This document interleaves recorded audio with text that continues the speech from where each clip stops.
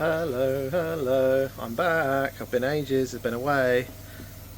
Well, I haven't been away, I just couldn't be bothered to put any videos on YouTube because I've been so busy. But I'm back anyway, so should we just get to it, shall we? I've bought this little fella. This is from AliExpress. Now, you may have seen, I have opened it by the way, it wasn't packed like this. You may have seen on many a YouTube channel where people are being sponsored and given things for free, and well, I don't get given nothing for free. Well, I have done actually, but they're normally rubbish, so I just don't even bother making a video about it. But I bought this off of AliExpress, and it is basically the ox beam things that you see on all the van life videos and stuff like that. But it wasn't hundreds of pounds, it was £38. I'll leave a link below so you can see what it is. But what is it, I hear you ask?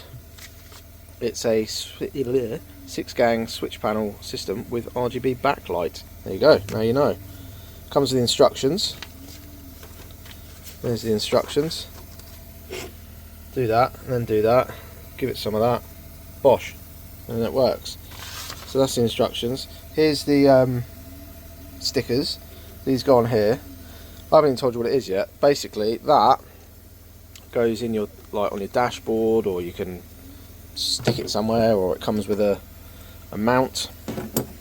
So like that, there's 4 screws on the back, they go onto those 4 holes, and then you can like mount it on your chest freezer in your garage if you wanted, or you could be sensible and put it on your dashboard. I think there's a flush mount as well somewhere in here. I haven't pulled any of that out yet, I've only just had a quick look at this. I thought I'd make a video because I haven't done one in ages. But what it does is you push that, or whatever you want, and it controls via this little lead this thing. Hang on, let me just get it out. This thing. So that goes somewhere out the way, i.e. in your engine compartment or on your bulkhead or something like that. There's a couple of fixing points there so you could mount it. And then, hang on, let me just put the camera somewhere, one sec. I'm not used to all this YouTube filmmaking stuff, I haven't done it in ages. Wait there. Right, hopefully you can hear me. I don't know where my tripod or phone holder is or nothing, so you're on a shelf, but now I've got 2 hands. So anyway, this is the control unit, and it opens somehow. How the hell does it open? Oh yeah, there you go. So you pull that, and inside you've got 6 relays. There's a 40 amp one, 60 amp, 60 amp, 60 amp. Okay, that's not real. That doesn't make any sense, because in here it shows you that they're actually a 30, 2 20s, 2 10s and a 5, so I'm going to ignore that because I don't think it's right. Or maybe they are, I don't know. We can pull them out and have a little look. But you get some fuses and some relays, and those relays are controlled by this. That plugs in to that, so obviously you run that through your dash or your firewall, whatever, and then it plugs in. And then this thing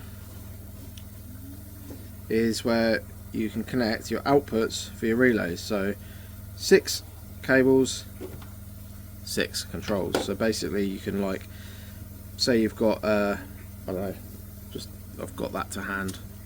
I'm definitely not going to use this, but pretend that's your lights. Well, they are lights, but pretend they're where you're going to use them.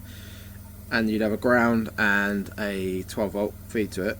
Your ground just goes on, like, on the chassis like you normally would, and then the positive from your light or whatever you're feeding goes into there, into one of them. So you've got 6 outputs, and they're controlled via one of these. So basically you push that, bosh, one of these comes on, takes power, and then puts it out through there, turns the light on. So you haven't got loads of these like relays dotted around and things like that to, yeah, you get the idea. These are some of the stickers, so you can put them on these and they light up. So you, they're like what you can feed from them, so you could have like a stribby, I'm assuming that's supposed to mean strobe, a beep, you could have, yeah, all sorts, a rear middle finger, that's quite funny, a fish box, no idea what that is, but yeah, the ones that I'm going to use, this is going on my 4-track by the way, but you could put them on a you know, your van life van, or your whatever you're going to use, your MX-5, anything, underglow, so you can put your neons. So you basically wire whatever you're using to one of those 6 things, and then you label it up with them. So you could have like a reverse camera, you just click that and it'll turn that on.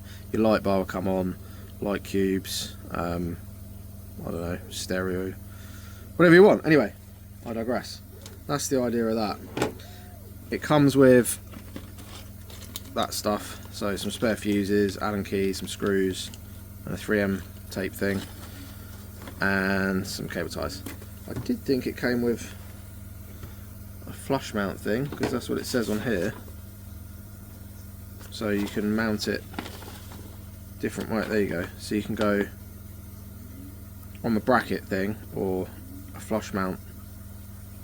Yeah, I don't know, maybe I haven't got that, maybe that's a separate one, no idea, unless it's in here. Nope. But anyway, like I say, this isn't sponsored. I bought this my own money, 38 quid, next to nothing really for what you get. But these are the inputs. Let's cut this open and have a little look-see without cutting the wires. One of them, one of them.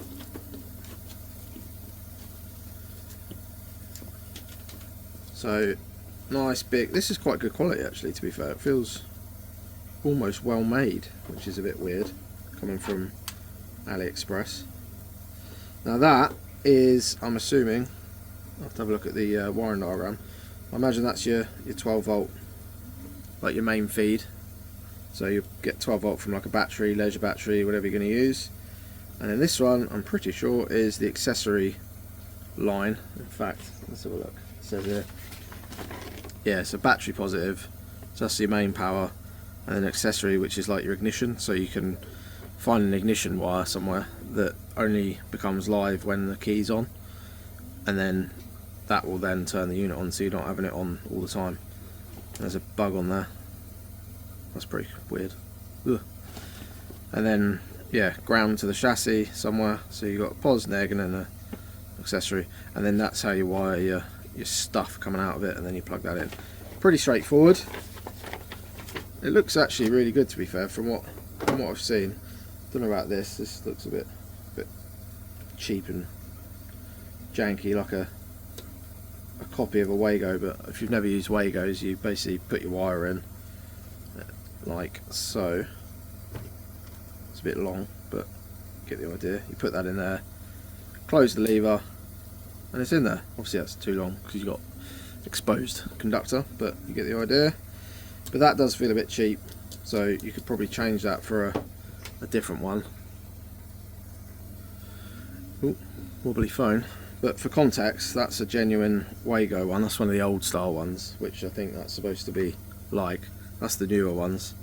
These are the 222s, and that's the 221 for anyone that cares. But these ones are a lot easier. You just sort of flick them up, put your wire in, and then clomp, down that goes. But that's the older version. This is obviously a 5 gang one. That's being a 6, but that's the difference. It's quite close, but I mean, it would probably do the job. In fact, I'm going to use it. I will use it. We'll see what it's like. Yeah, so I just thought I'd show you what it's like. I won't be fitting it in this video. We'll do another video where we fit it, because that's going to be quite long. But I thought I'd just make this so you could see, and maybe somebody might be thinking about getting one of those expensive aux beam ones, but this is the other option you can get. Just get one of these. So just got to figure out what's going to do what. Like I say, I've got a light bar on the front of my 4-track, so that one will be going on there. I've got some like interior lights. Oh, there you go, int lights 1. So there's no lights inside my 4-track, which is really annoying. So I'm just fitting some like little cheap LED ones, a bit like that, but better. These are rubbish. So yeah, we can just control that from there, and that'll basically sit on the dash somewhere. But it's far too dark to be doing anything at the minute because it's winter and it's like midday and it's pitch black outside. So we'll have to do it another day. But I have got a fridge actually, a little 12 volt fridge, so we could use that, or even that one with the little Frosty the Snowman picture. But anyway, there you go. So that's a quick overview of what it is, and yeah, hopefully you'll be following along and we can get it fitted.